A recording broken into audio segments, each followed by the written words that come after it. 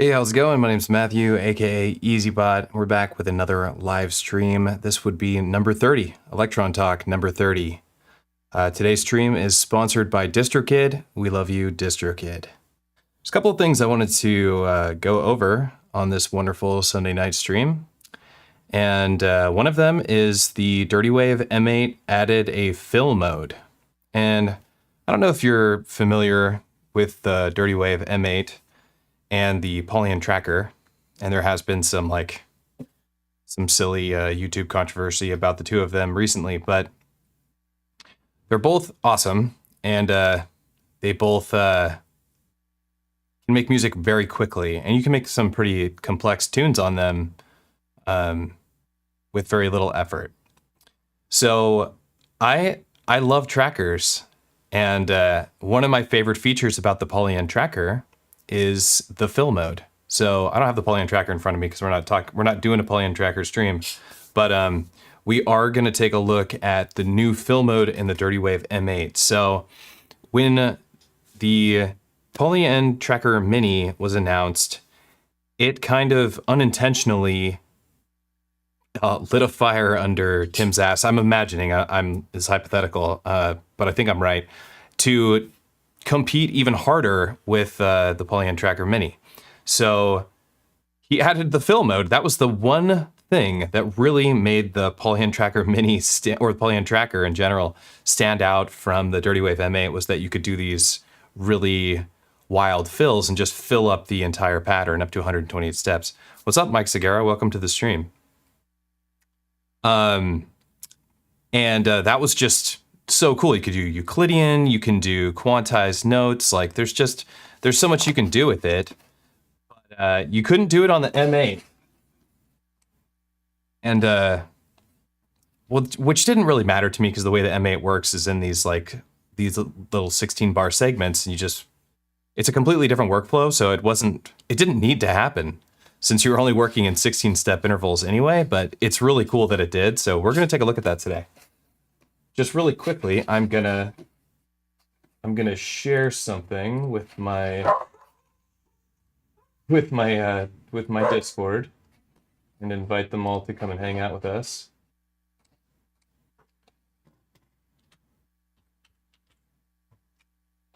Yeah. Go.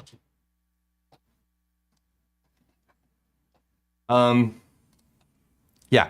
So are you ready to check it out? I love the Dirtywave M8. We're also going to go over a bunch of these awesome synth presets that I got on the Dirtywave M8 from, I'm not sure their name, but from the Dirtywave M8 Discord server. And I intend to make my own preset to share in return to do something kind for that community of just a ton of chords for the hypersynth, which sounds awesome. The hypersynth is great. So really quickly, let's jump over to the M8 and check out this fill mode. I haven't gotten it all in lock. This just came out yesterday, so it's brand spanking new. Here we are over at the M8, and we're looking at the hypersynth right now. Yeah, dual cams. So let's make sure that we definitely have audio. Okay. Let's put something in. So you can now, wait, hold on here. There you go. So you can now highlight a segment. So we can go option, option and highlight, and then hold option on your M8 and go up or down. There we go. Random fill pattern. What?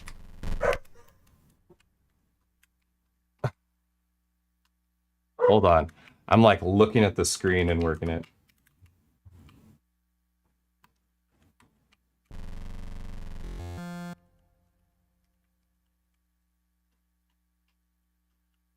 Whoops. Let me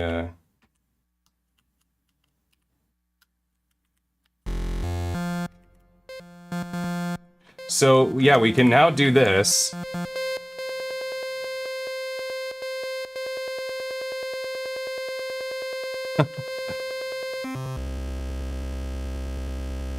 Random pattern? Random notes? Whoa!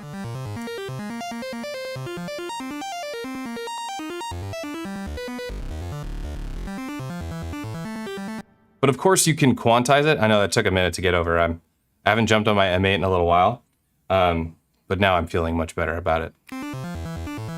This is so cool. Okay, so say I wanted to put in a kick drum. Like, let's do something useful here. Let's just grab a sample. Oops. Looking at a computer screen instead of the M8, which might be dumb. It might be dumb. Let's use Mr. Electrona Sounds. Some of his samples. Ugh, it's that tennis ball kick that I like so much.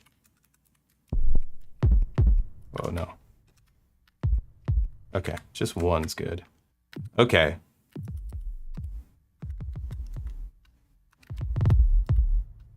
Okay, so now I can highlight this and fill. Wait, no, I don't want random. Okay, here we go. 4x. Oh, check that out. 4 on the floor, instantly. I accidentally randomized the velocity because I'm a genius. Okay, so if I knew what I was doing for a second, I didn't have to be such a fool. Hang on, I gotta turn the fan on in my studio. It's getting toasty already.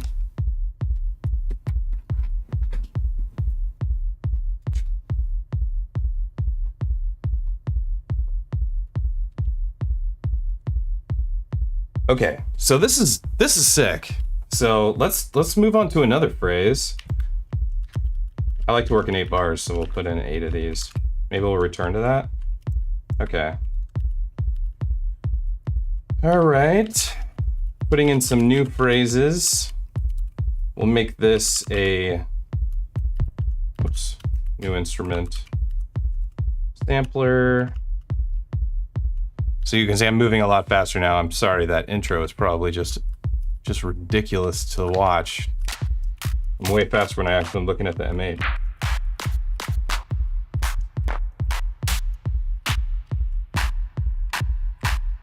Why is there reverb? What's happening here? Okay, it's not happening there. Is it on my Octatrack? It is. Save that. Okay. That'll work. Okay, so here we go. Let's fill this again. Wait, maybe we need to leave the instrument there.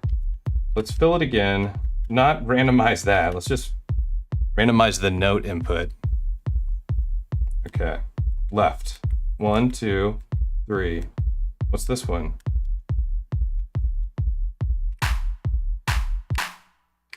That's interesting.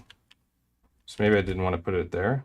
Was there another option here? 1, 2, 3, and 4, 5, and 6. And then what? Then I can highlight it all and move it like this. Okay. All right. That's pretty cool. Okay. Let's check out more fill mode stuff. We'll use the quantizer and play with the hypersynth in a second.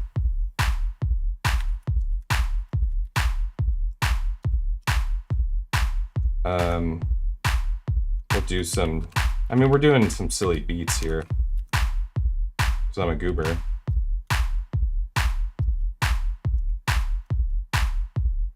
Hats.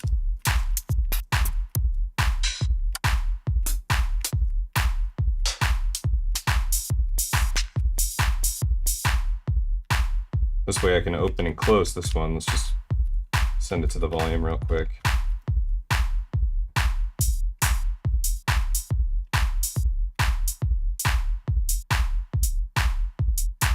Okay, that'll work.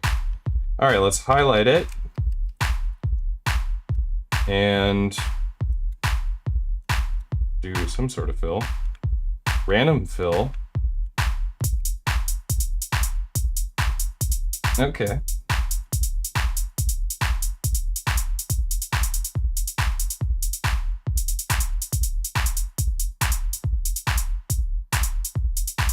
Okay. I guess we could also do it here, right? Oh, okay. I guess you can't just randomize the velocity.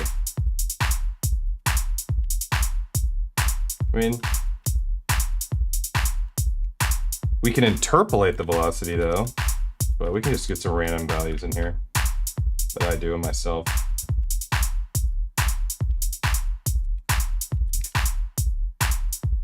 So can we randomize this? No. Okay. We have discovered the maximum threshold of randomization of fill that you can do. It is strictly phrase fill, but I think it's really awesome. Like the random is really cool. And the random does work on the note velocity and everything, but you have to highlight all of it and then go random. And then you get the random. Do you see those velocities are random then too?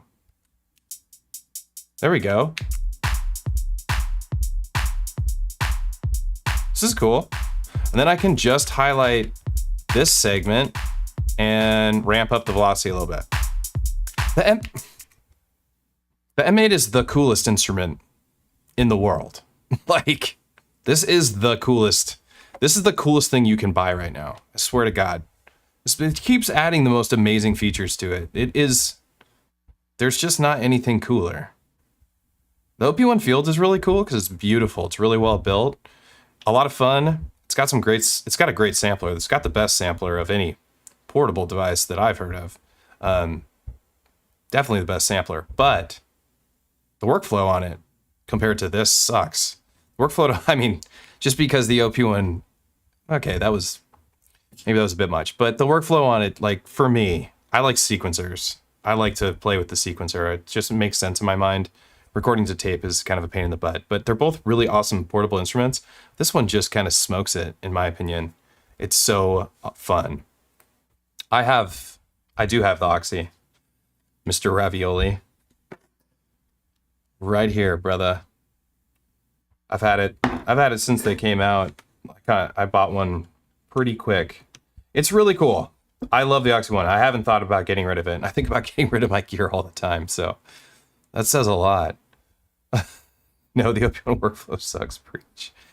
Yeah, but it's still a really cool instrument, man. I do really love it. Well, let's keep playing with this, because this is sick. This is game changer sick. Fill mode on the M8 is amazing. Like, this is too cool to be true. Like, I'm so stoked about this. Okay.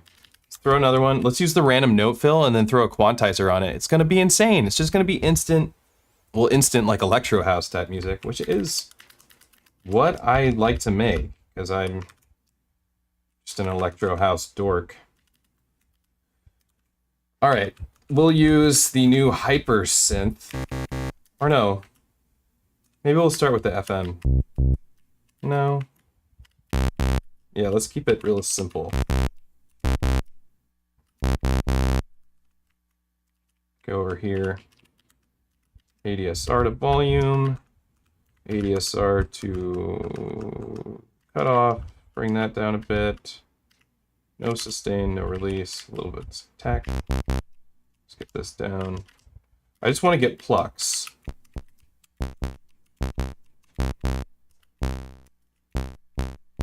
Yeah, that'll do. Filter on.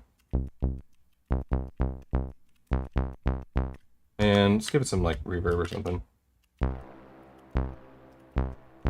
Reverb on here is huge. Okay.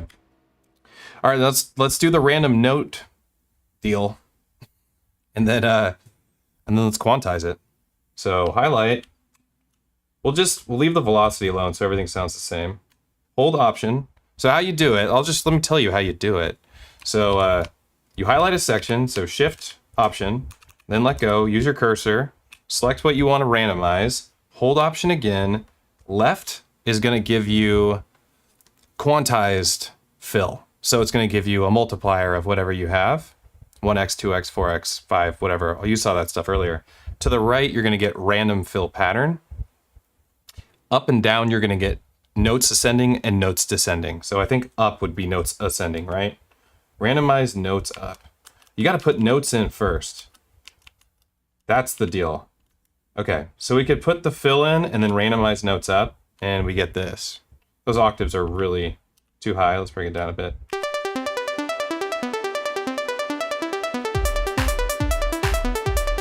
I mean, that's super goofy. Let's try those notes again, maybe down.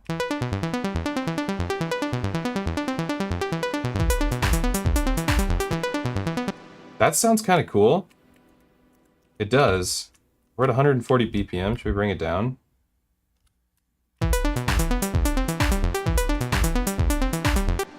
The drum kick sounds super weak.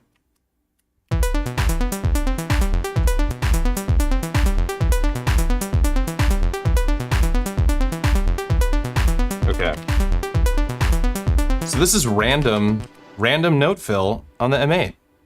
You see I have this little dingle dangle hanging off my M8. This is a ground noise destroyer because USB and battery powered devices not friendly. You will have to get one of these if you want to do what I'm doing right now. You could have the audio go right into the computer, but because I'm streaming, it doesn't make sense. I'd have to use this as my sound card, and that's dumb. So I'm going to quantize this. I'm going to go up into the scales. Let's get out of chromatic. Whoops, I don't need to rename it. Let's find some factory scales. I don't know what to do. Lydian dominant? Sure. Let's see what happens. Didn't really do anything.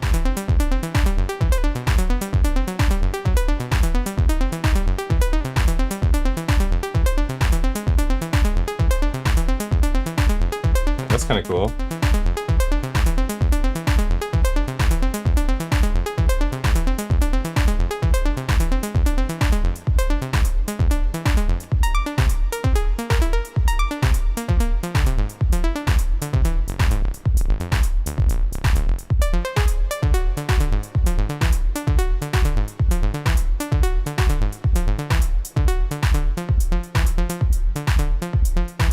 Oh yeah.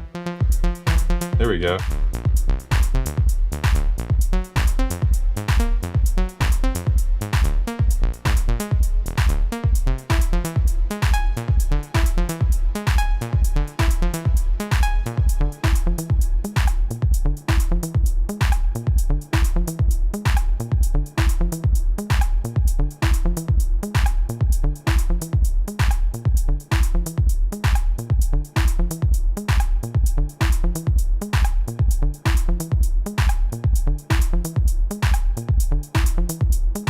Hats are annoying me. Let's see if we highlight the whole thing and see what this randomize does.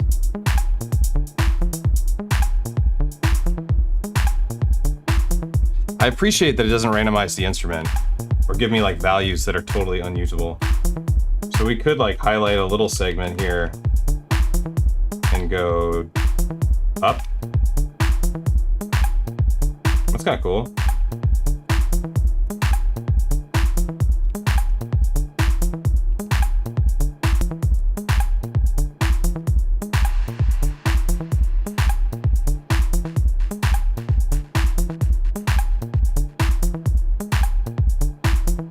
Let's switch this over to like a snare or something. Actually, we'll just use the little shaker. Yeah. Okay, so fill mode's legit. I freaking love it. Awesome, great job, Tim. Not that I know you like that. We don't know each other by first names. I just like to pretend. But I can tell you, a device like this samples in stereo. The M8's The M8's crazy. This samples in stereo, but wait till we check out these presets in Hype Synth. Like, you thought this was cool. We got fill mode now, we got randomization, we have interpolation. All of this you can do so fast. If you like get quickly. If you can use this, if you use this enough, you're gonna get fast at it. These button presses, they're quick. Like, you fly on this thing. You make music really fast.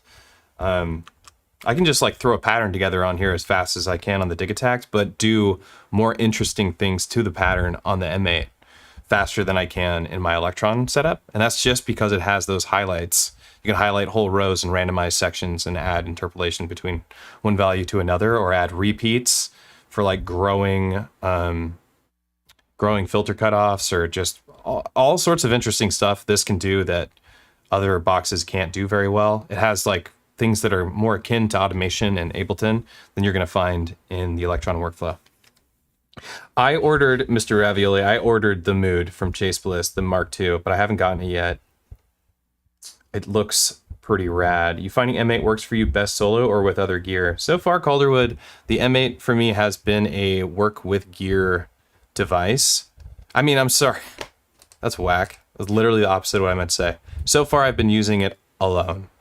I have walked around and sampled it. So I sampled the Prophet 5 into here, and I sampled it into my OP1 field, and that was really cool. Like, that was just sounds so good. 32-bit sampling on the OP1 field is amazing. The sampler on there, like I said, is probably the best one you can find in a portable sampler instrument. And this does a great job too, but this is 4416, and that is the wall. That is the ceiling. Like, it doesn't want to go above 4416. Like, it wants you to downsample, if anything, because it does, like, I mean, look at it. You can't have a big CPU in here, but it's powerful enough. TNC 4.1. So we played with the quantizer, we played with the fill mode. That's all the fill mode that there is to the fill mode, but I can already see how that's going to be like a huge part of my workflow. So glad it's here. But let's take a look at these hypersynth engines. These are really cool. I feel so bad for the intro to this stream when I was just fumbling around on the M8 for a minute. All right, so I'm gonna go into load and go down to instruments, I believe. Yeah, synth, hypersynth. So here's the preset pack. Oh my gosh. I haven't listened to any of these yet. This is brand new to me. That sounds really cool. Here we go. Nice. Nice. Cool. I don't know who made these. I wish I could give kudos to people, but I don't know who they are. Hyper hats. Hyper kick. A little quiet. Ooh, I like that. How did they do that one? That is such a cool instrument. Okay. Hyper mini. Cool. It's supposed to be like a Model D or something.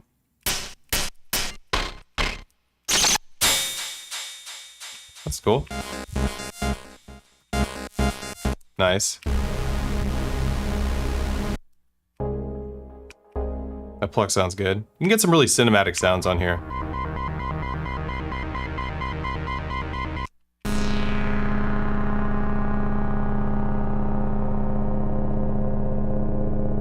Very nice. So that's all of them. That's the sound pack. It's not a sound pack, it's just this one though. There we go. I want to see how they did that. Scale C Mixolydian. Did they add extra chords? Nope, just the one chord. It's got to be up in here. They're using a drum envelope with no destination, so they're not using a drum envelope. Tracking! That's right! Tracking modifier. So there's envelope followers in the M8 now. Just ridiculous how cool this is.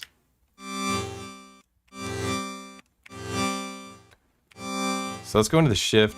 Oh, it's the volume. That's why this sounds so crazy. Cool. Well, let's see what happens when we throw it in here.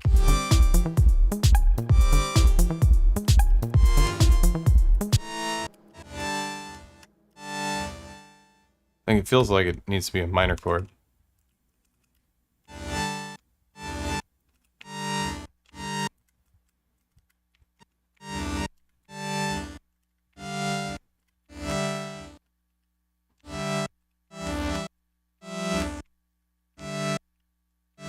That's an octave. I don't want to go that. A fifth? We have fifths and octaves. What's this one?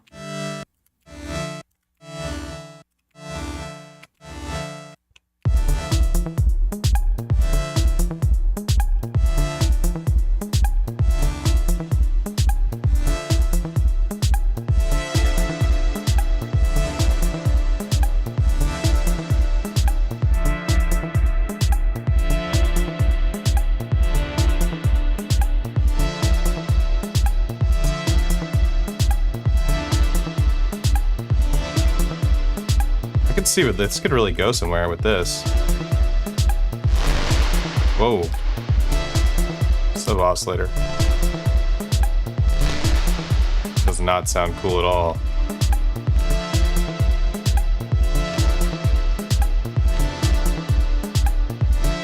I think we gotta edit that reverb. It's just a little too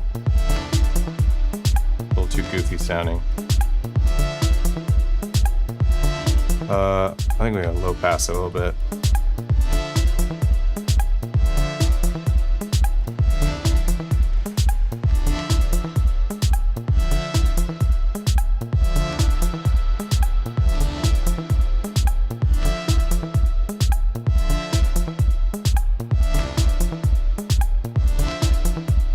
Okay.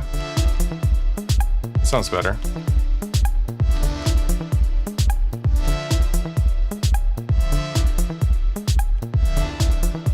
Alright, so I downloaded the Almond Break re-recorded. This is a newer thing that an artist did. They re-recorded themselves playing the Almond Break, or somebody recorded him. They sound really good. He did it on a bunch of different drum kits. Let's throw that in the mix, see what happens. Okay, we're gonna go over to Sampler, load up that stuff. I think it's in packs. Yeah, check it out.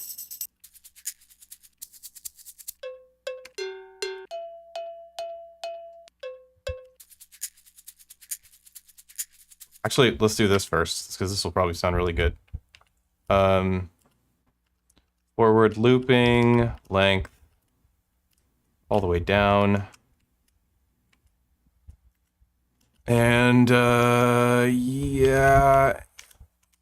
And then we go LFO, destination, loop start, the amount 100%, ramp up, triggered, retrig, frequency.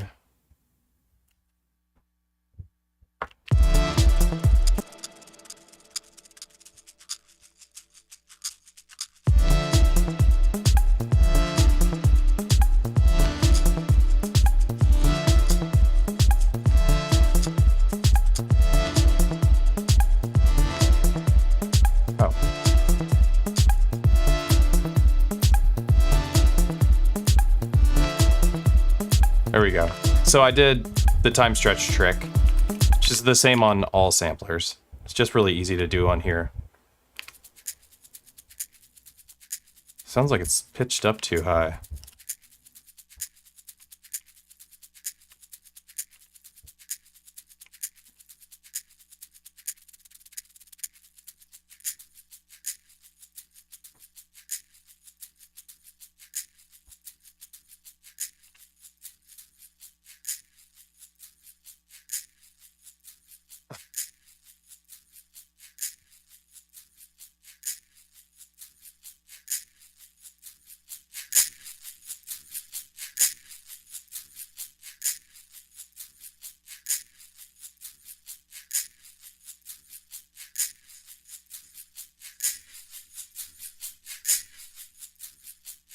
That's kind of cool.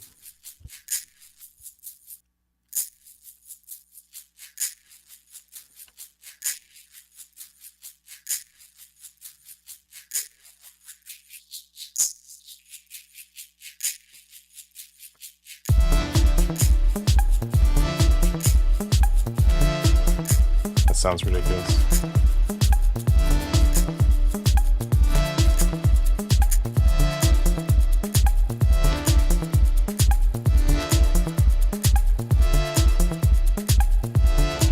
There we go.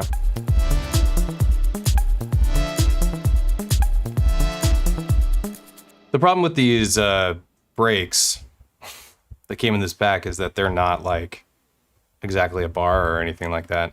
Not sure what tempo they're at either. They didn't say. So that part sucks.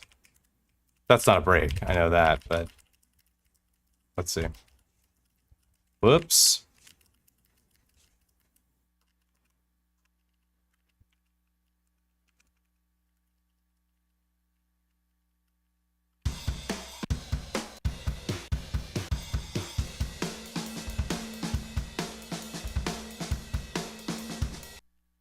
Okay. So let's do the same old trick. Length all the way down. Forward looping. Go up. Loop start. Ramp up. Trigger, retrig.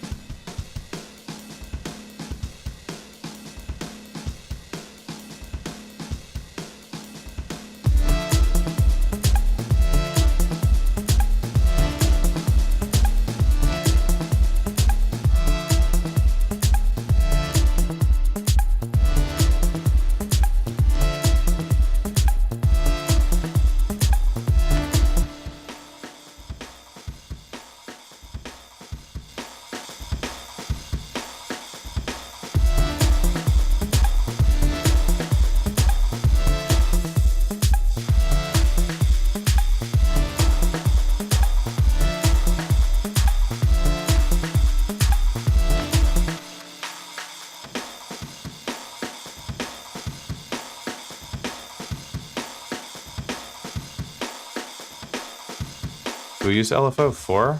Which one do we use? LFO 2?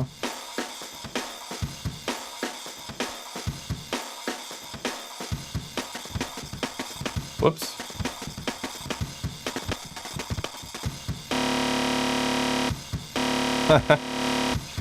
That's not the one I want. It is LFO 3. Trigger offset.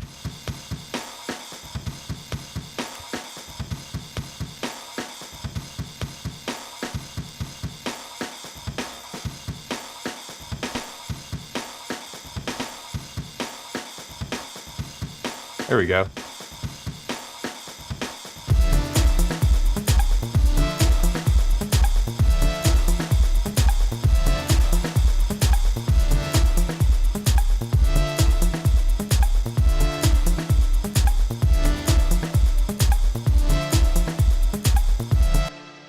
I don't think this track needs a break in it. I just wanted to show you the almond breaks re-recorded. And also how to do the LFO time stretch trick and apply it to a sample that is not in time at all with your music, but it does sure sound like it is to me. Does a pretty good job. I honestly think the time stretch on the M8 is probably better than the time stretch that got implemented into the Dig Attack, which is whatever. But I do believe that.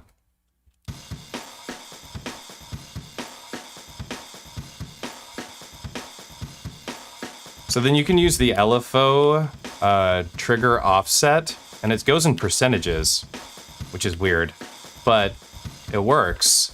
And you can use that to find different slices, as opposed to slicing an almond break into a million slices. So if I slice this almond break into 16 slices, which is what would be ideal, or even 64 slices, the slices are not going to be on the transient of the start of a new kick sound because of the way that these were recorded, which is a bummer. I would like to have these be perfect little things that I can go in and slice it and it would just have worked. But doing slicing, like choosing a slice on the M8, while it's amazing and robust and powerful and it does slicing, choosing the slice position on the M8 is not fluid like it is on the Octatrack. It is, they did add a feature where you're slicing, you can actually hold down the option button and use the finger screen, like use the finger screen, use the touch screen, and that's cool. And I do really like that. But it's not like slicing stuff on the Octatrack is the best.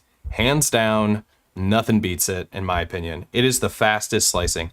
Okay, actually, maybe one thing beats it. Maybe the 404 Mark II beats it. 404 Mark II slicing is the top of the game. But that's just because you can play a slice and just hit the notes as it's playing. And that workflow is so cool and so intuitive, especially for chopping breaks or making like lo-fi or something. It's ridiculous. Can't do that on here. Can't really do that on the Octatrack, but the Octatrack has time stretch and random slicing and LFO slices, all sorts of really cool stuff. This did turn out really good. Let's switch out let's listen to the other almond breaks. That's what I'm getting at. Let me turn off this high pass so you can actually hear it. We'll start up here really quick.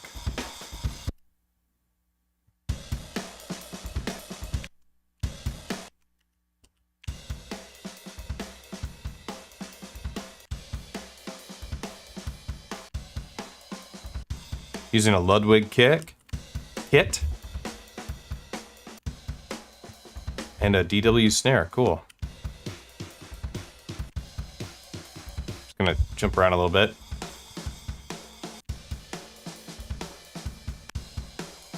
Toby, what's up?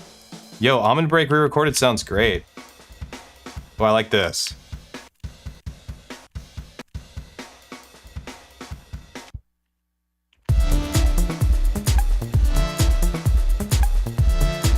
Still, it doesn't, like, fit with the music at all, but...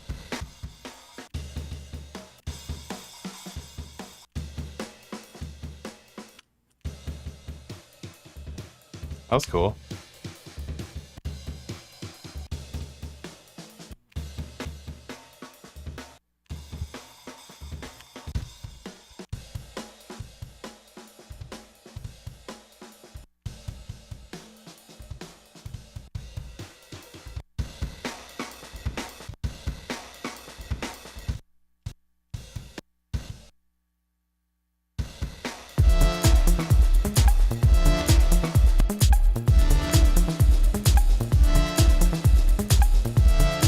Not bad if I kind of just bring the volume of it down. Kind of. Let's get rid of it. It did sound good.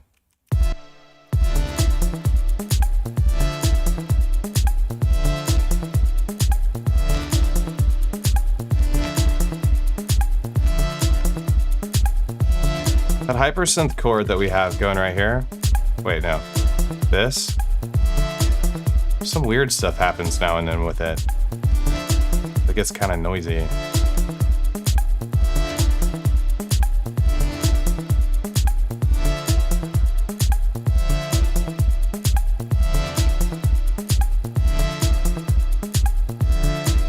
There we go.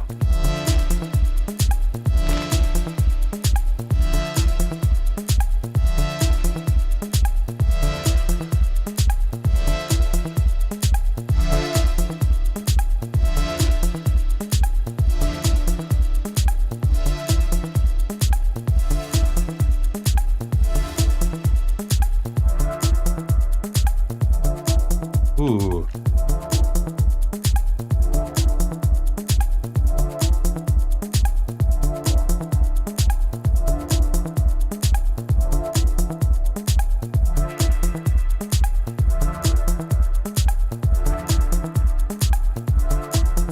So we, like, for the most part, randomly generated this track using the fill options.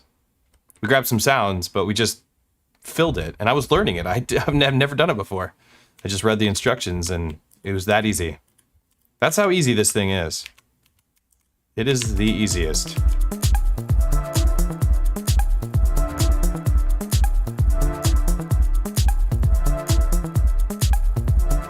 Nice.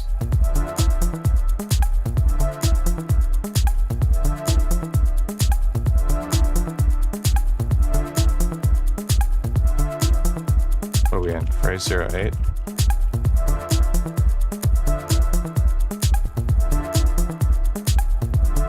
Let's switch these off. Copy. Look at me just go. Look at this. Copy and copy pasta.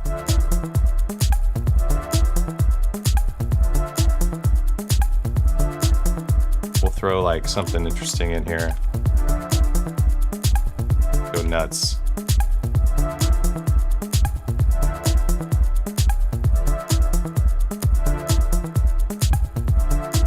Yeah.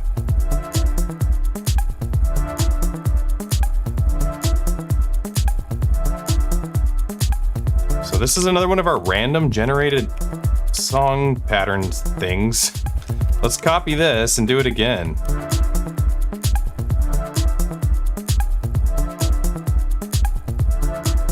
See what happens here.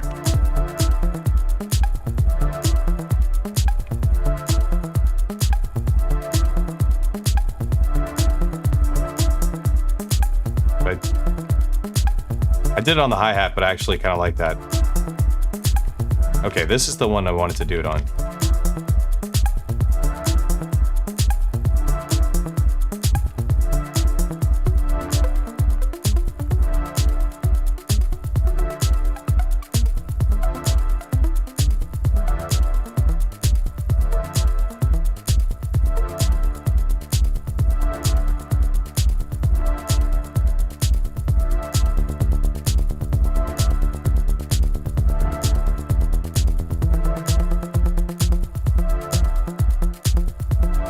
Actually, I love this rhythmic stuff it can do now.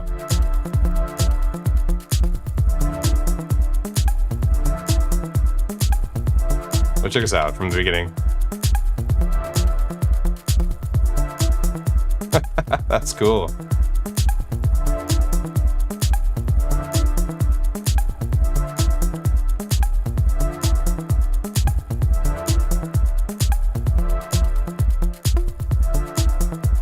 Throw some delay on that.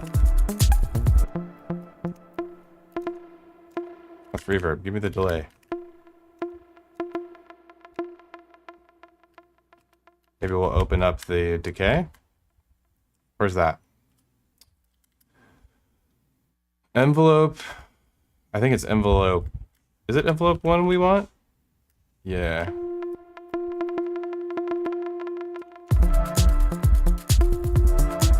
Yeah. Do the same thing with the filter cutoff. So that's envelope 2.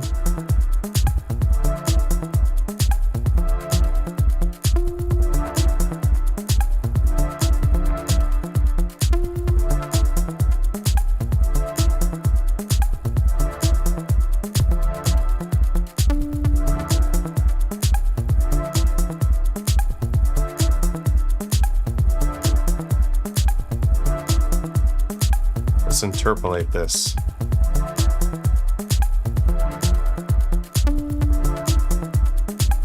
No, not filter type. Cut off.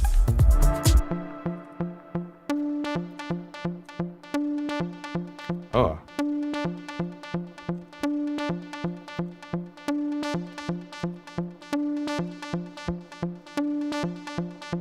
Oh yeah. I really hope that he adds fill to these other sections, because now I'm already expecting it. That's how quickly I've adjusted.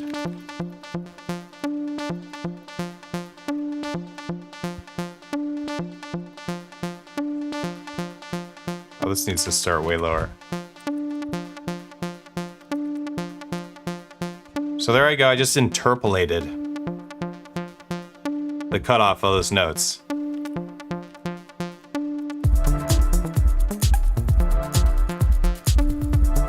Cool, right? Just added some automation to open the filter cutoff as those notes rhythmically add some new variation to our pattern. We did this so quickly.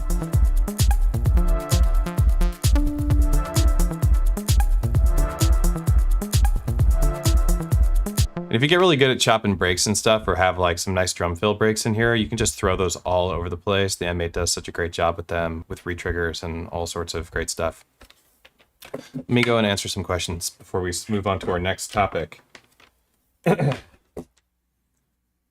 as you know, I'm probably much faster and better at these Elektron boxes than I am at the M8. M8 fill versus Poly fill, pros and cons, and go. Okay, sure. I got you, Matt Williams. Okay, M8 fill is much more limited than the Poly fill.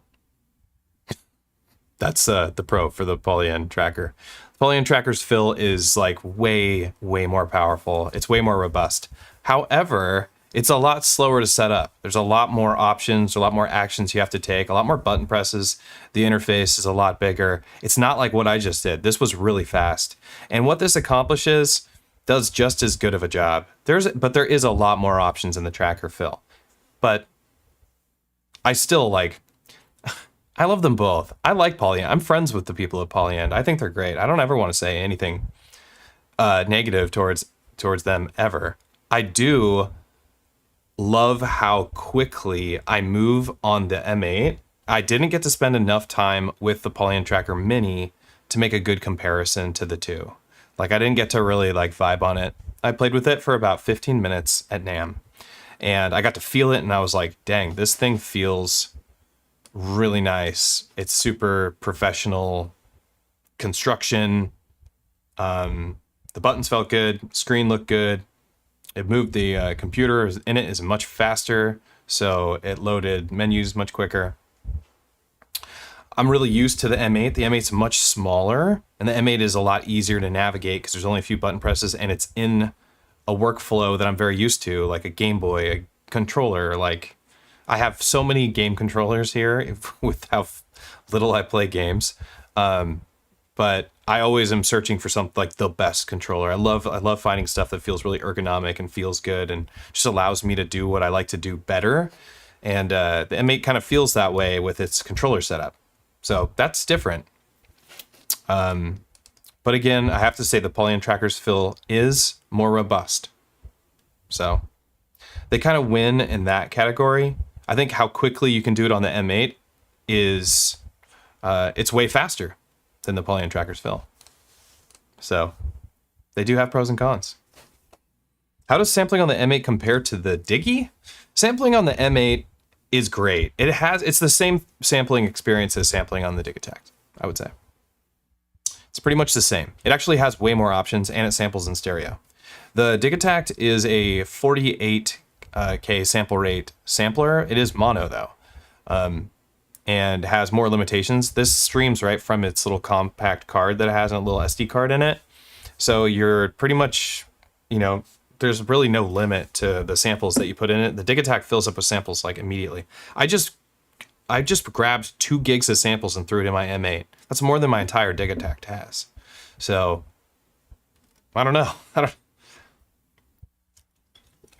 I just love samplers anyway, so I wouldn't pick one over the other. Actually, I would pick one over the other. The Digitact is one of my favorite instruments of all time, so it would be hard for me not to choose the Digitact. I don't know. I'm really vibing on the M8 though. I think it's a really fun instrument. So I do want to show folks something really cool. I know that people have seen my Octatrack on this stand that it's on. If you noticed how my Octatrack is flush with the Digatone, Syntact, and Digitact, it doesn't move. It is so solid on here. I have cables running underneath it, and the experience here, and I can't wait. I'm about to get my analog heat back, and when I get my analog heat back, I'm actually going to put it right here. I'm going to move my Octatrack over and have my heat in the setup, and then I know I already did that video as the Ultimate Elektron setup. That'll be the Ultimate Elektron setup. We'll have my analog heat right here, so I can dial in on a per pattern basis, because the analog heat has MIDI, so I can actually program it and save presets if I wanted, which I should do. That would be a much more professional sound. for my Elektron setup for live gigs and or for recording to my computer. Essentially, it would give my Octatrack overbridge, because all of these boxes have overbridge. So I could record multi-track of all these instruments and then have a master recording going into the analog heat going into my system. Anyway, I'm getting sidetracked. I want to talk about the stand. So if I lift this up, you'll find these stands. It says Modbang. That's because I made them. Or me and Jordan made them, my buddy. These are for sale. Here's one right here. This is the smaller version. The difference is this crossbar. So we call these Elektron Risers. We already developed them for the IntelliGel 62 HP pallet case. Those will be coming out really soon. These are embedded in the plastic, so they're recessed into the plastic. And you construct them like this. They can come apart, which is really cool. You can see they have nice hardware. You stick them in here like this. They become completely flat. And then you take 2 thumb screws and you just screw it in.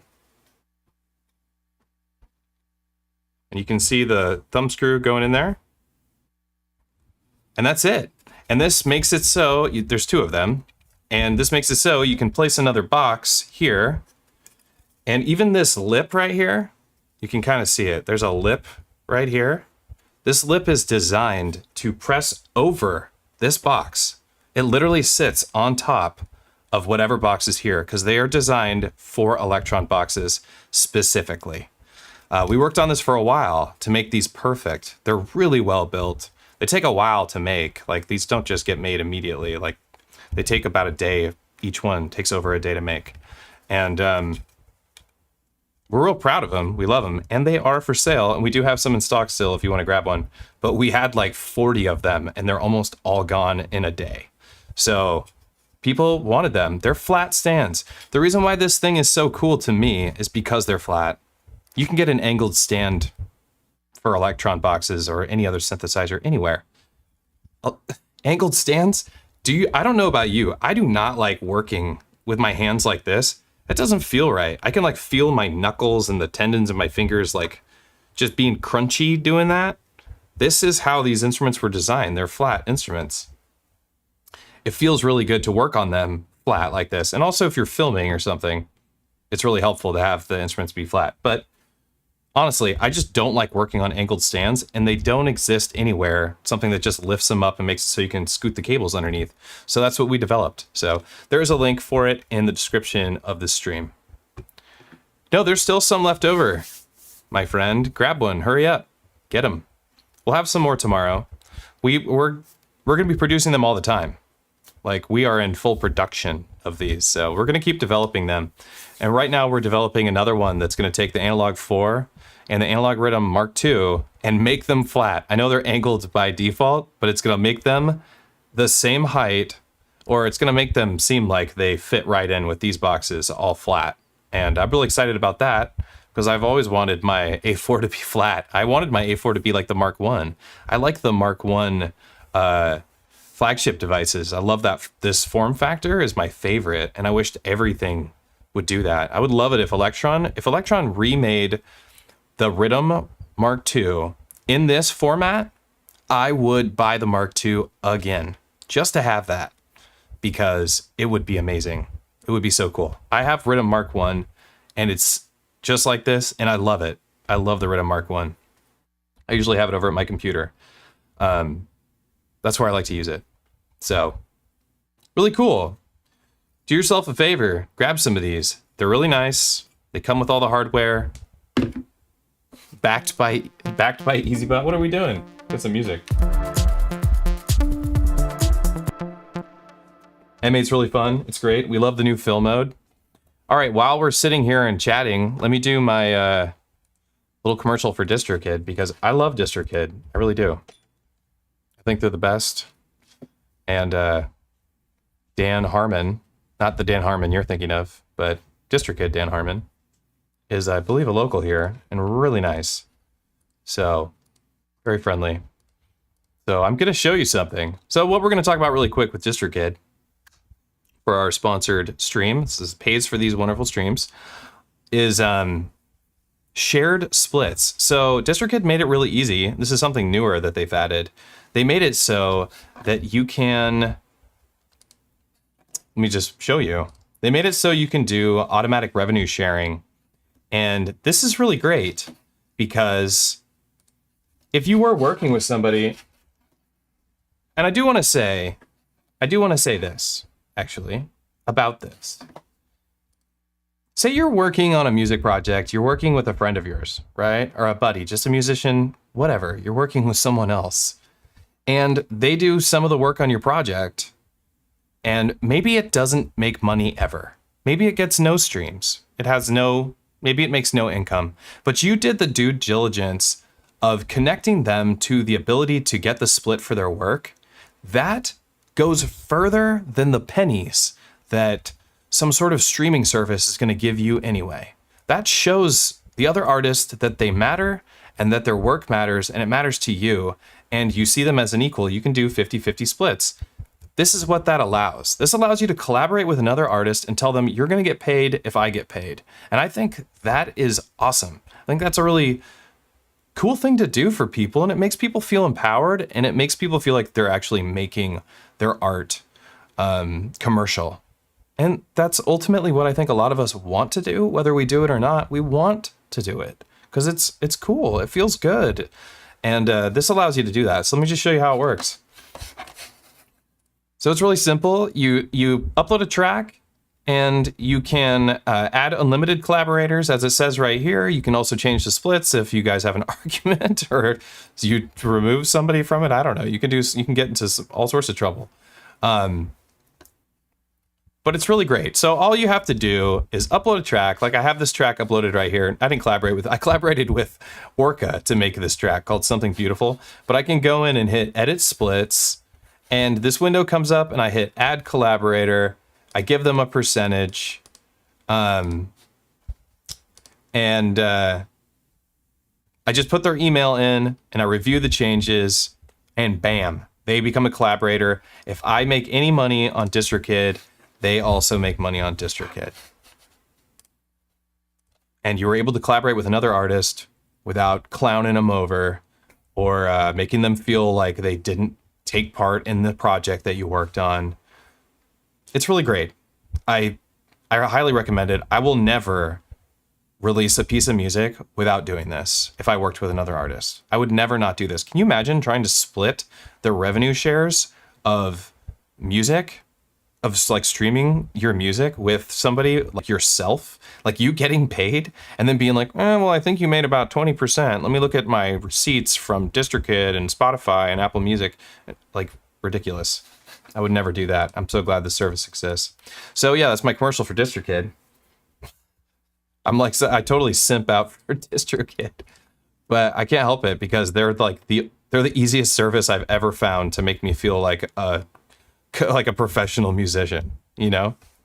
What are you gonna do? I like what I like. All right, let's make some music, shall we? We were playing on the M8. We did that. That was a sloppy intro to it, but it's done. Now we're playing on Elektron because that's what we do here. 'Tis Elektron time. The question is, what are we gonna do? Should we start by getting... Yeah, thank you, DistroKid. That's right, Michael. Appreciate it. Spread the love. Greetings from Mexico. What's up, Gabrielle? Oh, duh. Just not Stanford and a fixed riser. Yeah. Just ordered a riser. What's up, Johnny? Congratulations. You're gonna like it. You're gonna like it. I'm very proud of them. It's nice to make something from scratch, for one. Like, this isn't being made in another country, imported here, and then sold to you. Like you have to do with most things. Most things you do have to do that because it's just too expensive. It's so hard to make a profit as a small company. Like, I own a patch cable company, I can tell you. It's very difficult to develop anything. Like, the expense to start is really high. And there's just a lot to think about. Anyway, the point is to develop something yourself and then get it to people and be proud of it and not be like, oh, I hope I hope it doesn't break. I hope they don't like. I hope they like it. Is a really cool feeling. So very happy to share that with everybody and to do it live on a stream like this. So I'm gonna like just warm myself up because I haven't played any music today other than what we just did on the M8 by playing a track.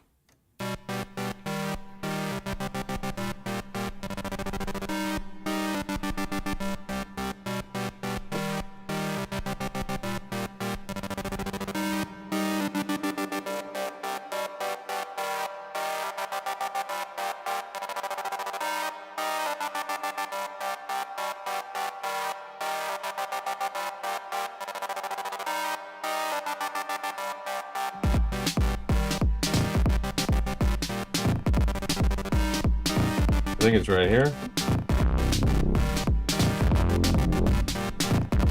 I thought my drums were on my Digitact. This is an older track.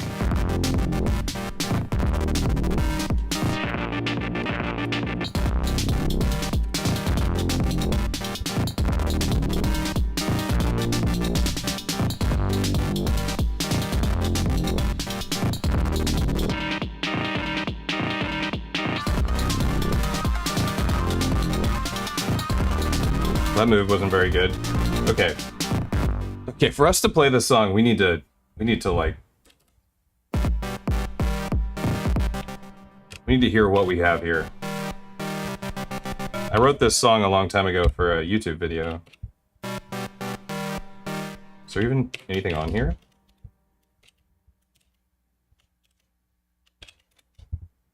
Okay.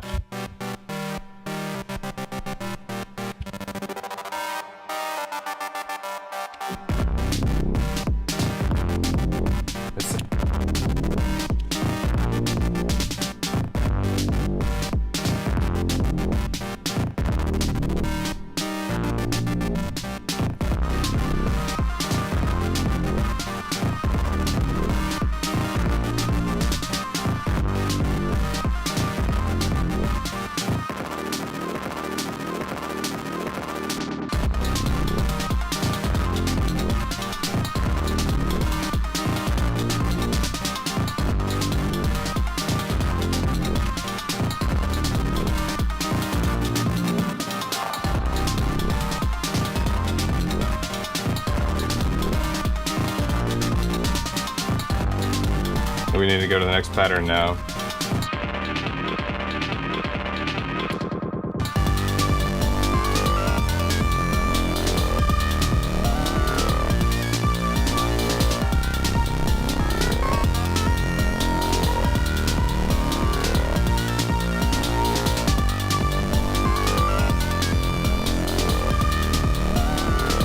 So this is all of this is syntax.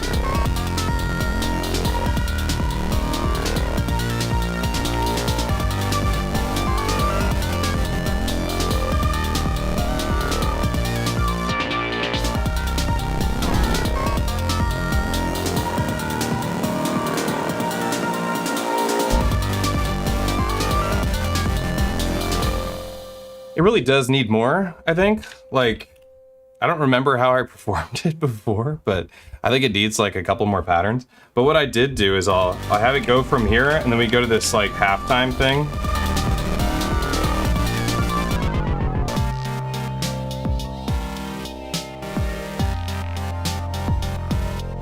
And that sounds pretty cool. All the dog hair that gets on everything here.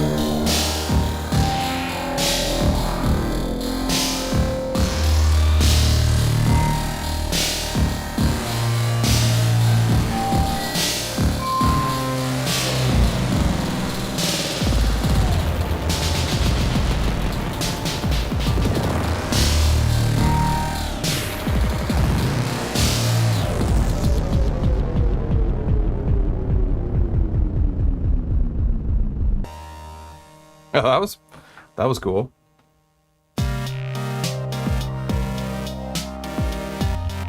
Yeah, it did. It got really, really wide. It sounded cool. Okay, we're gonna go to something. Oh, here's the psytrance thing we were working on. I actually played with this a little bit.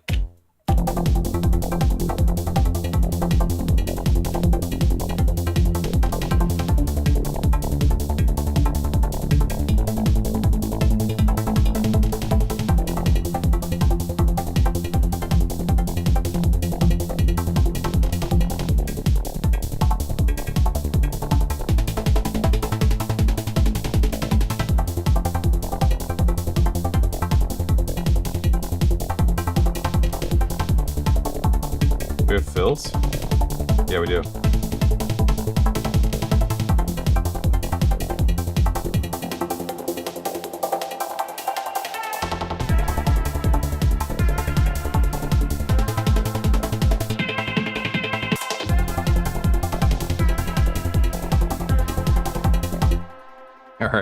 All right. We're not doing that right now. Let's go to a new bank. Definitely not this garbo. We'll copy bank 3 pattern 1. Copy bank 5 pattern 1, paste.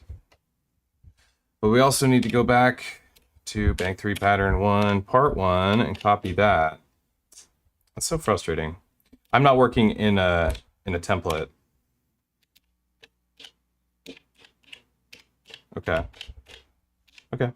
Should be good to go. We have to get the other parts later if we're going to move from part 1 to something else, but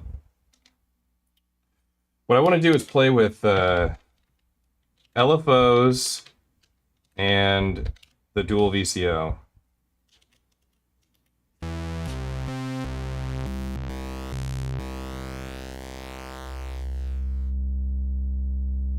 That's what I'm talking about. So we want the balance A.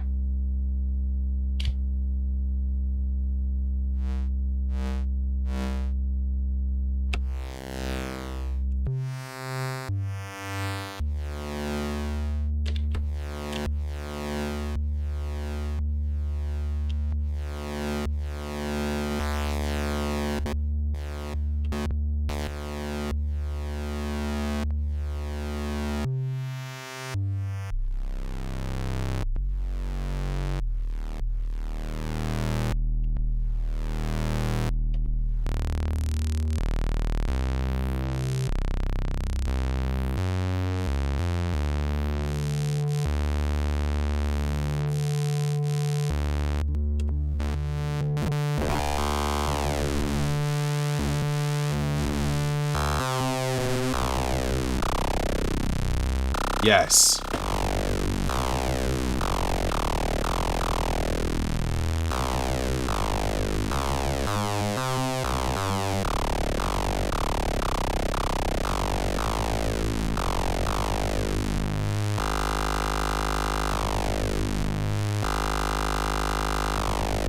Oh my gosh, that's awesome.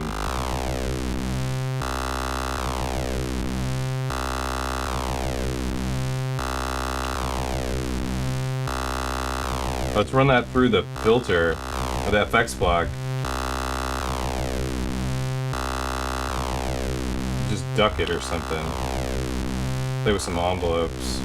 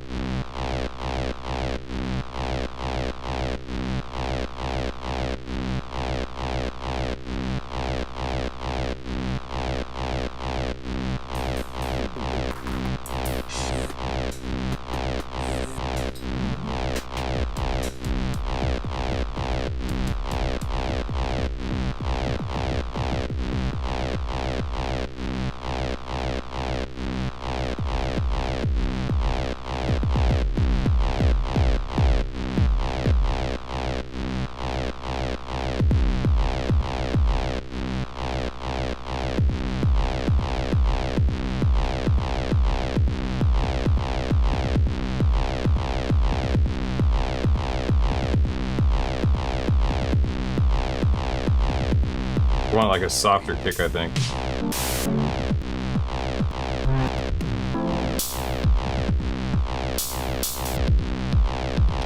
Maybe not a softer kick, maybe this one.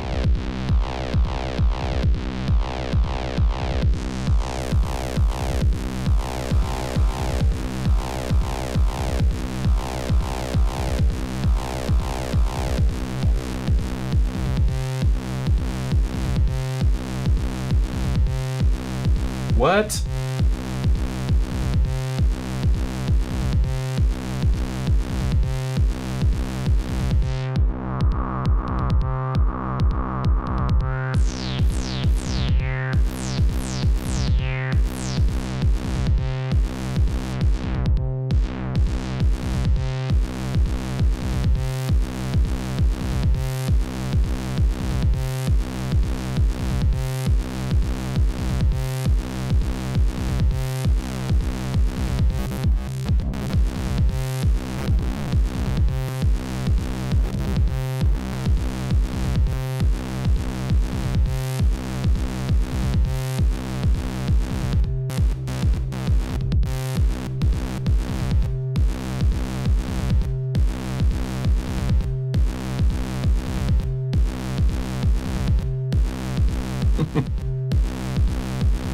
Warm synth, there we go.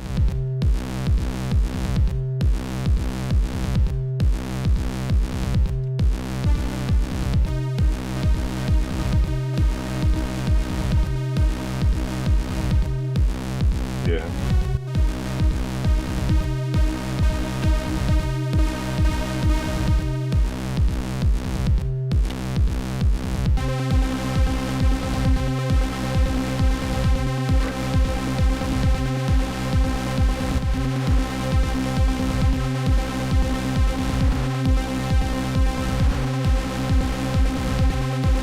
Copy it. Here we go.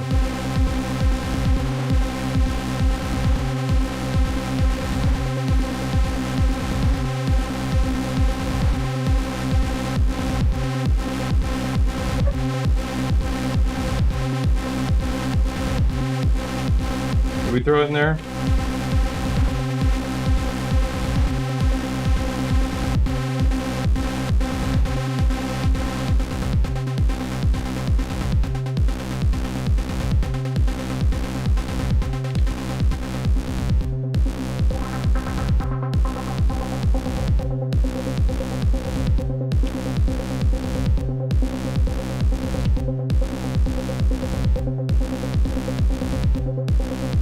All right, LFO on here.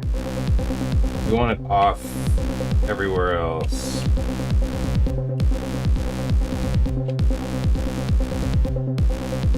Get out of here.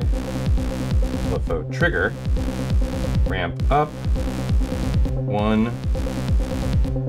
Actually, we're gonna go 16 multiplier.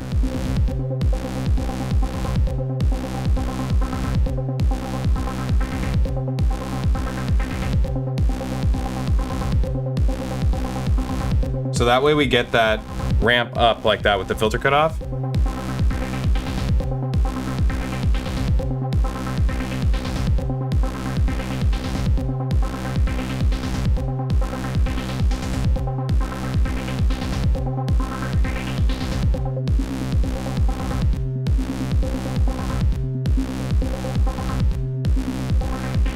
Let's try sending that through there.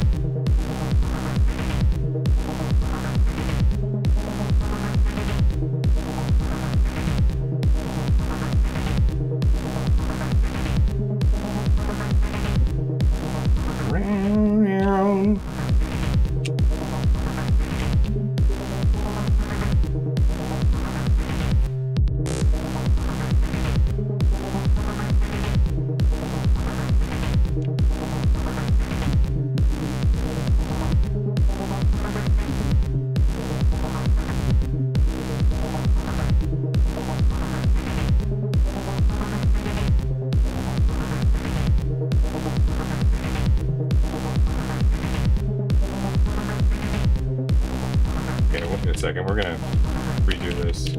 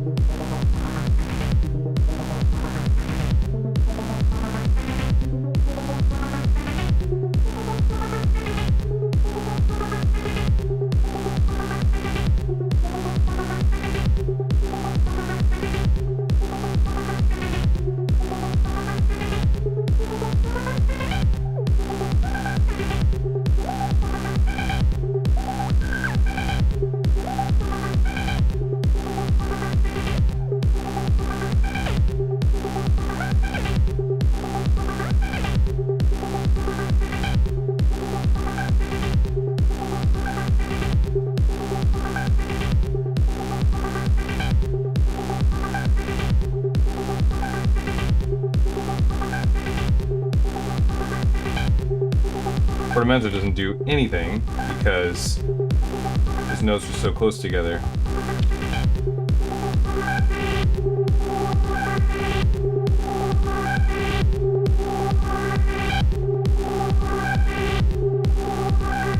Yes.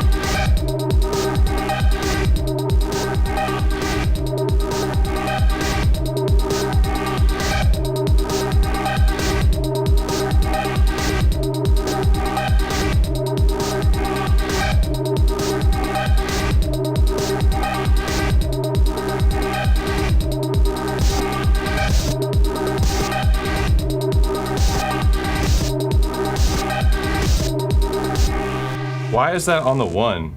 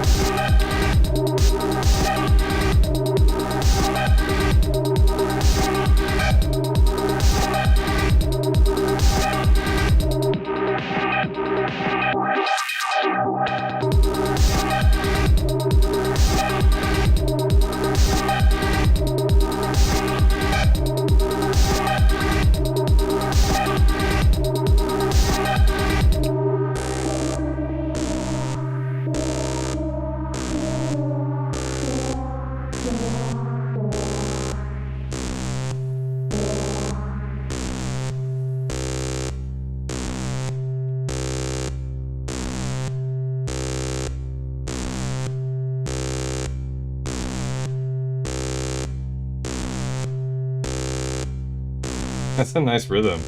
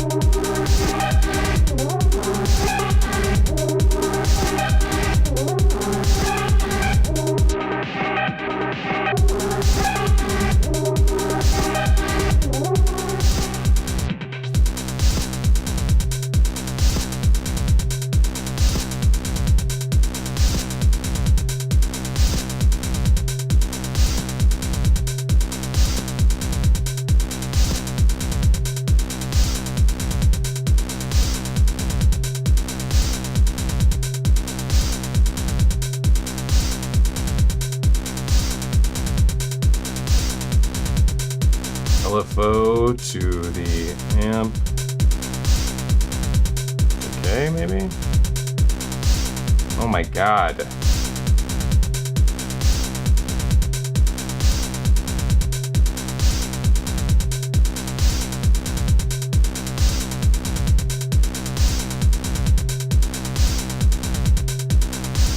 Why did it go?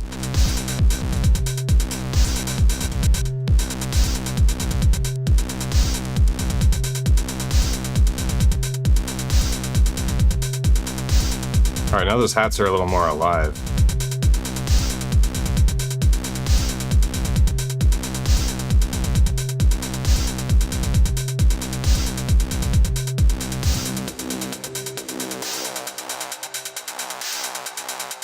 Here we go.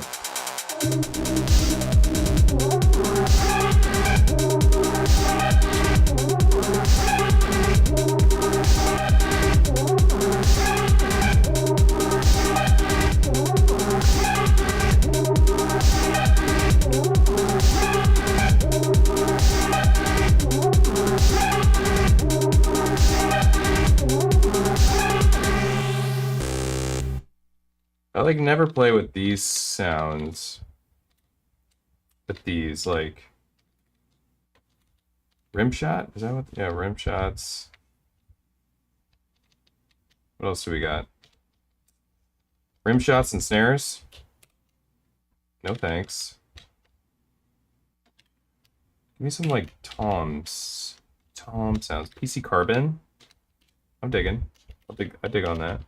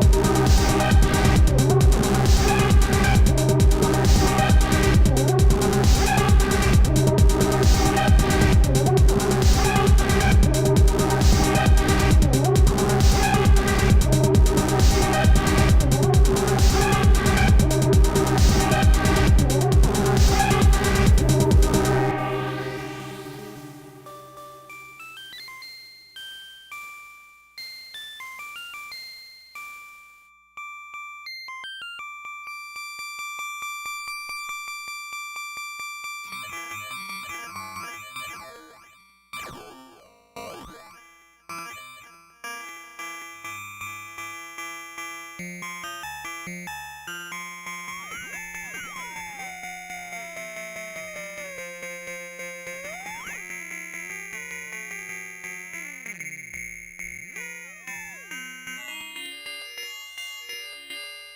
my goodness. Sample rate. Sample rate.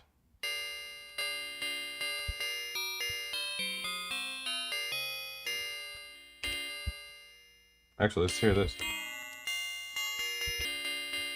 Let's go with this.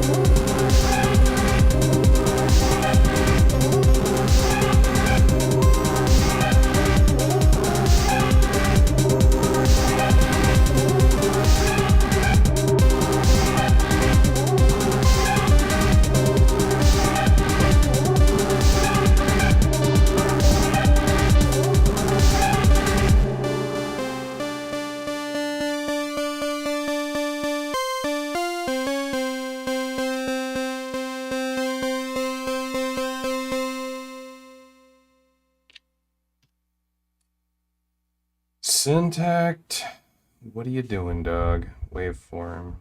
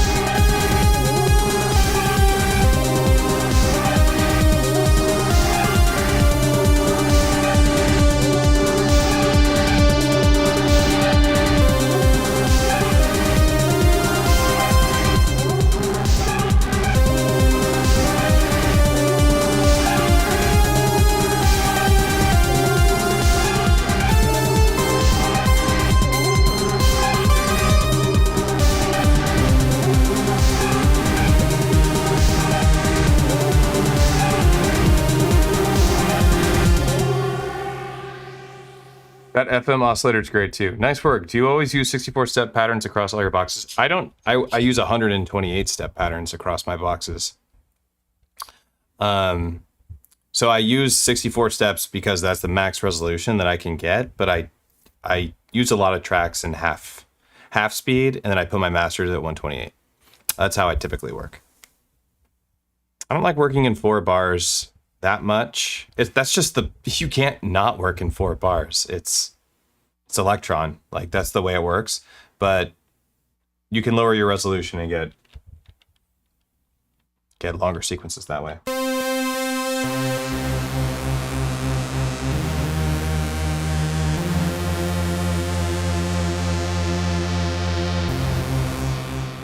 Why half speed? Well, if you half speed your tracks and you set your master to 128 and you set it to 64 steps, then you get 8 bars on one sequence. It essentially turns a track into 8 bars.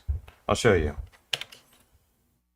We'll go half speed here, 64 steps, and now this track is going to move at half speed and still it's going to take 8 bars for this to complete its full sequence, giving our song the feeling of 8 bars because something will be playing 8 bars over it. So like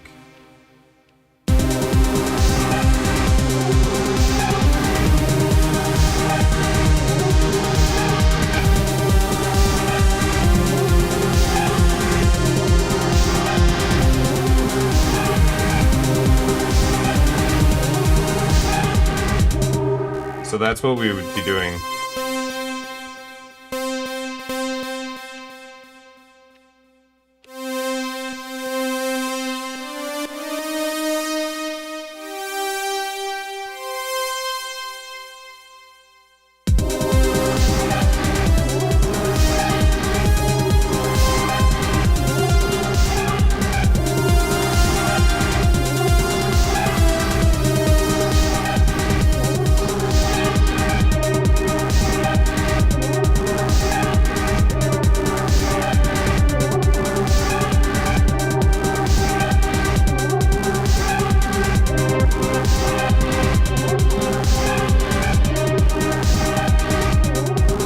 Maybe we should try that.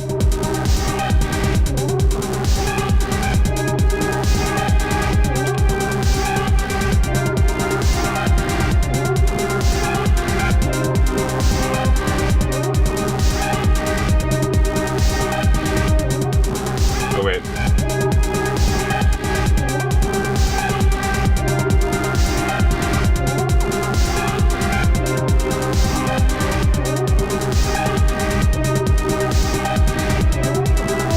Damn it. Do it again.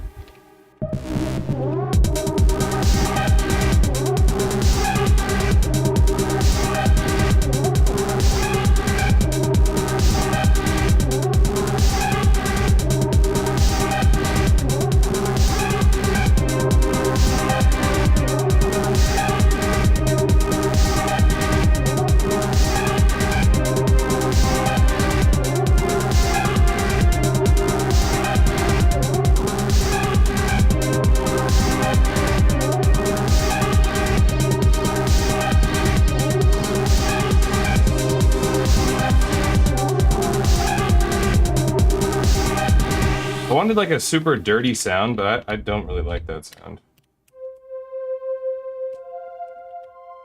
Oh, we could do like a nice pad like this.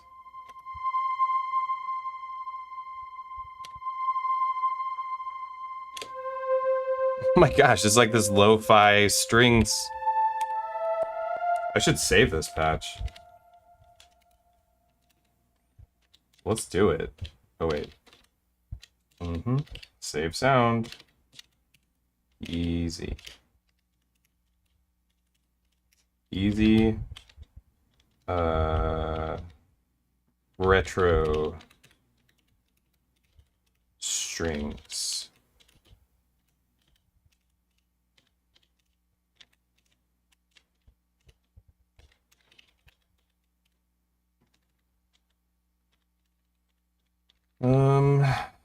Add the definitely synth.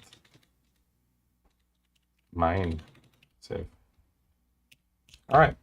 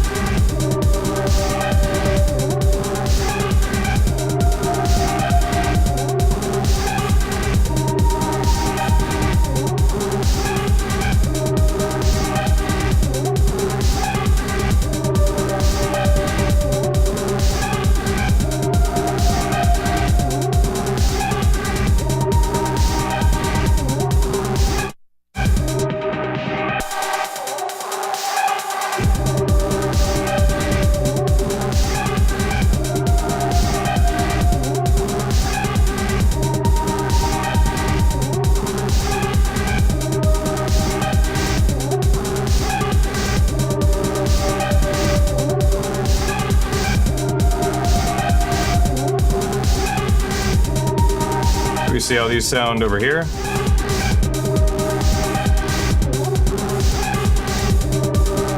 Actually, like it better there.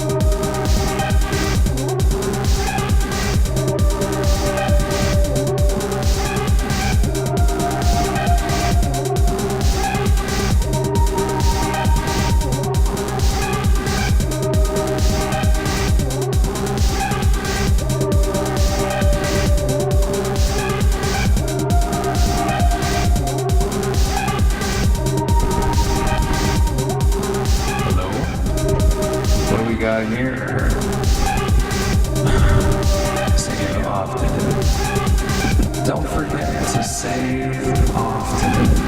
Save often. Don't forget to save often. That's a good one. That's true. We should definitely do that. You should definitely do that. Make sure you save often.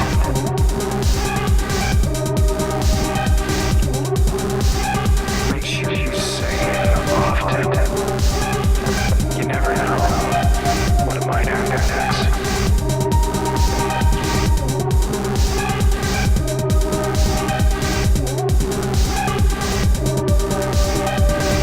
Make sure you save often.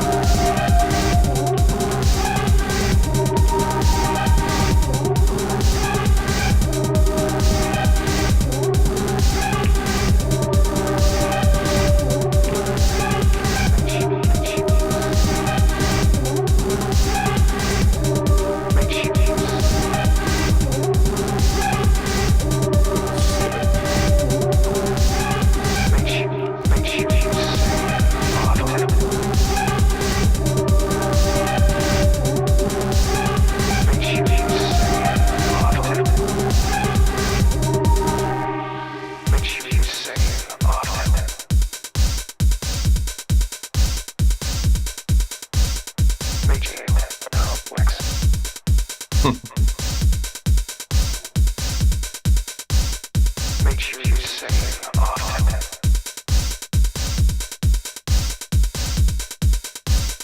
Make sure you save often. Make sure you save often. Nah, I think we just need the regular old one shot. Make sure you save often. Make sure you save often. You never know. You never know. Make sure you save often. You never know what it might happen. Make sure you save often. You never know what it might happen. Make sure you save often. You never know what it might happen next. Make sure you save often. You never know what it might happen next. Save often. You never know what it might happen next. Make sure you save often. You never know what it might happen next. Make sure you save often. You never know what it might happen next. Make sure you save often. You never know what it might happen next. Make sure you never know. You never know. Make sure you save often. You never know. You never know what it might happen. Make sure you save often. Make sure you save. You never know. You never know. You never know. You never know. You never know. You never know what it might happen next. You never know. You never know what might happen next. Make sure you save often. You never know. You never know what might happen next. You never know. You never know. You never know what might happen next. Make sure you save often. You never know. You never know what might happen next. Make sure you save often. You never know. You never know what might happen next. You never know. You never know. You never know what might happen next. Make sure you save often. You never know. You never know. You never know. You never know. You never know.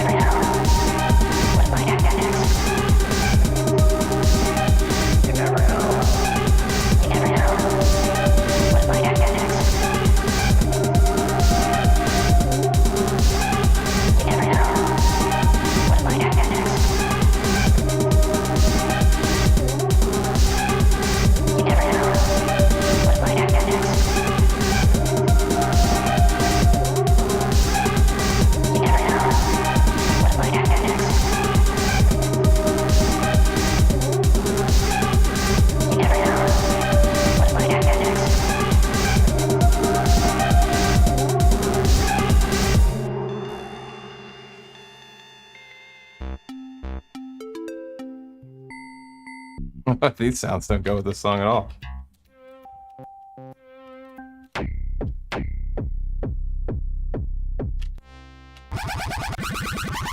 Jeez Louise.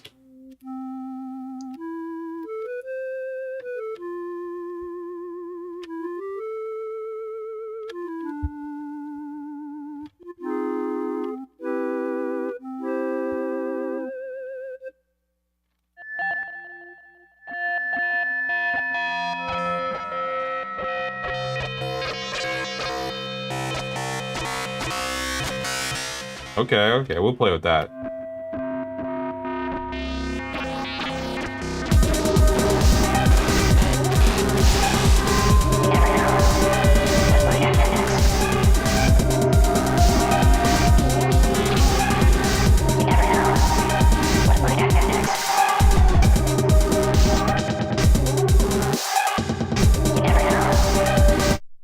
Check this out. Let's hear what.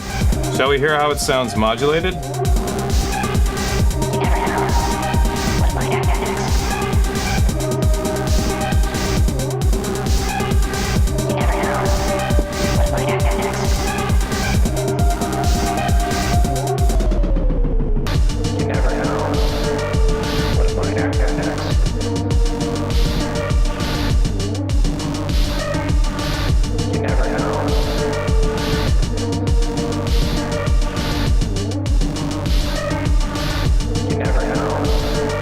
Thomas, what's up?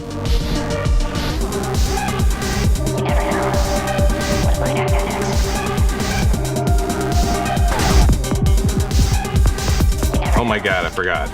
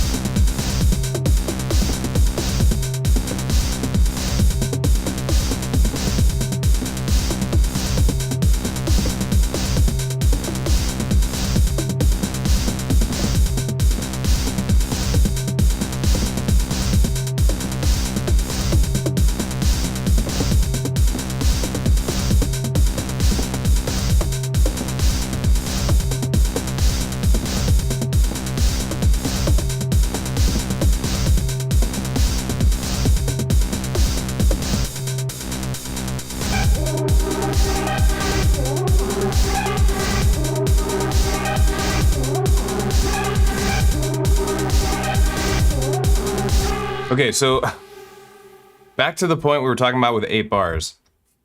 I added this track right here. I made it 8 bars long. So we're almost at 4 bars.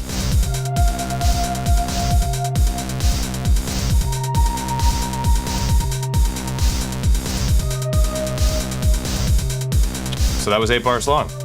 And it makes our pattern sound way more interesting. And also, like, adding an element or taking an element out every 8 bars will really make your patterns feel good. People don't need it every 4 bars, but people do need it. I think 8 bars is a really good spot. So if we were playing this track like at a show, we could start off like this if we wanted.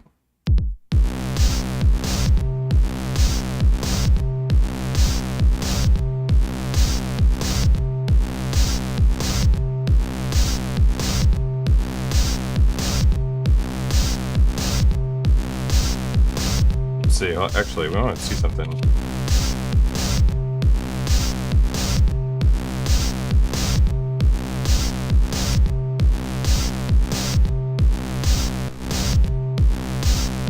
Yeah.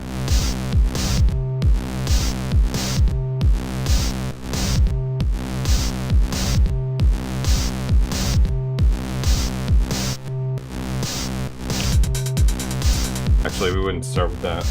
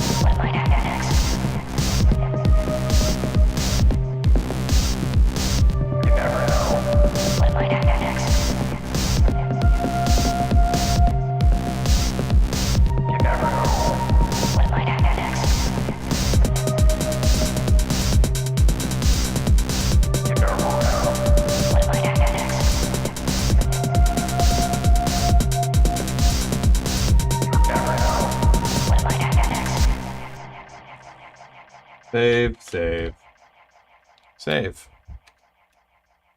Oh, save this part. Save this project.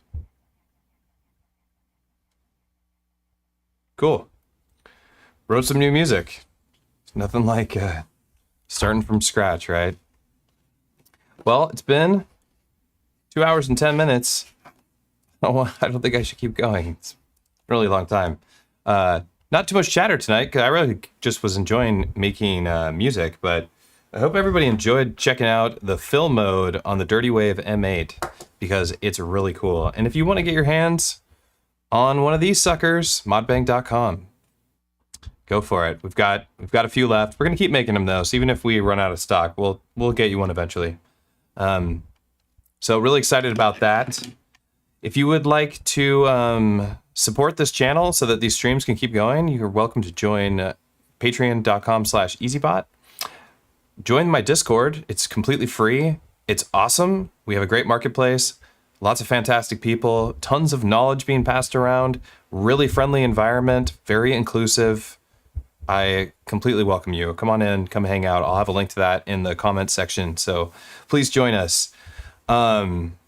Is there anything else? I don't think there's anything else on my agenda. I wanted to make some music. I wanted to check out that fill mode, and I waited to do that till I was hanging out with you, and then I wanted to show off these stands because they're great, and I think we accomplished those goals, which is pretty great. So I'm gonna log out, and I will see you all on the next Sunday. I'll see you next Sunday, or should we do Saturday? Maybe we'll do Saturday. Saturday's a pretty good day to stream too, like in the afternoon. It really depends on how hot it is. It gets really hot in my studio. It gets so hot in my studio that I've considered selling my SSL Big 6 because that thing literally just dumps hot air into my studio. It's ridiculous. It is ridiculous. Do you still use the baseline TP-01? I haven't used it in quite some time since I picked up the Syntact, to be honest. I really just wanted like a really gnarly analog synthesizer, and the Syntact really does a great job of being a gnarly analog synthesizer. DB01 sounds really good. I love the Polyvox filter. I can't recommend it enough. I'll not ever sell the DB01. It's a lifer. It's a keeper. But you're right. I already said goodbye. And now I'm talking again, so I'm gonna let you guys go. I'll see y'all next Sunday at 7 o'clock. Bye bye.